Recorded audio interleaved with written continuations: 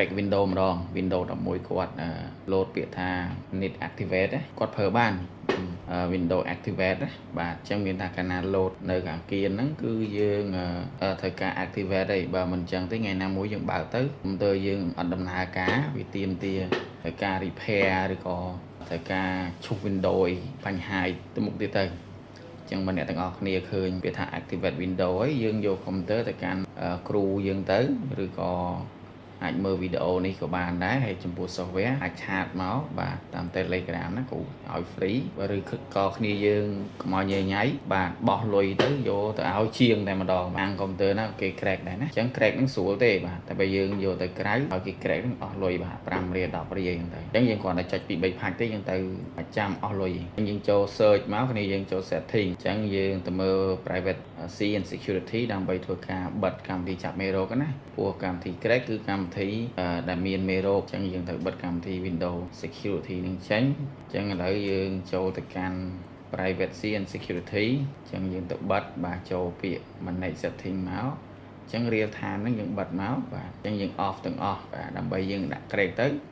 វាអត់ចាប់ណាអញ្ចឹងយើងបានបិទ Windows Security ហើយអញ្ចឹងចូលដំណាក់កាលទី2អញ្ចឹងកម្មវិធី crack ហ្នឹងគឺនៅក្នុងគ្រប់បាទផលលោកគ្រូអញ្ចឹងគ្នាយើងអាច search Telegram ក៏បានដែរដាក់ពាក្យថា IT knowledge ទៅអញ្ចឹង search IT knowledge ទៅហើយគ្រូ pin តែម្ដងណាអញ្ចឹងកម្មវិធីហ្នឹងឈ្មោះថា MASAIO ហ្នឹងបាទកម្មវិធីហ្នឹងអញ្ចឹងទាញមកក្រៅមកអូខេហើយយើងមកស្ដាំយើងចុចពាក្យ run មកអញ្ចឹងកម្មវិធីហ្នឹងយើងដាក់នៅលើ desktop ក៏បានដាក់នៅលើ drive អីក៏បានដែរបាទហើយយើង run administrator មកហើយយើងចុច run មកណាអញ្ចឹងនៅកន្លែងនេះយើងឃើញថាវា load ពី error បាទតែក៏ពិតវាអត់ error ទេណាអញ្ចឹងយើងមើលឲ្យយើងចុចលេខ1និងលេខ0បាទយើងឃើញទេអញ្ចឹងបងចុចលេខ0មកណា continue anyway បាទចុចលេខ0អញ្ចឹងមកដល់កន្លែងនេះ activate message មានន័យថាយើងចង់ activate មួយណាអញ្ចឹងបើលេខ1យើង activate window អញ្ចឹងបើលេខ2យើង activate Microsoft Office អញ្ចឹងករណីនេះគឺយើង activate window អញ្ចឹងយើងចុចលេខ1បាទអញ្ចឹងវាដំណើរការអញ្ចឹងគ្នាយើងរងចាំបន្តិចទៅវាកំពុងតែធ្វើការcrack បាទជាមួយនឹង Windows យើងបាទអញ្ចឹងយើងធ្វើការរងចាំវាទៅអញ្ចឹងនៅពេលវាដំណើរការចប់យើងចុចលេខ0ទៅបាទឬក៏ press any key មានថា key មួយណាក៏យើងអាចចុចបានដែរអញ្ចឹងពេលដែលយើងចុចទៅវានឹងវិលទៅលេខ0ហើយបាទឥឡូវកំពុងតែ activating ហីអូខេនេះ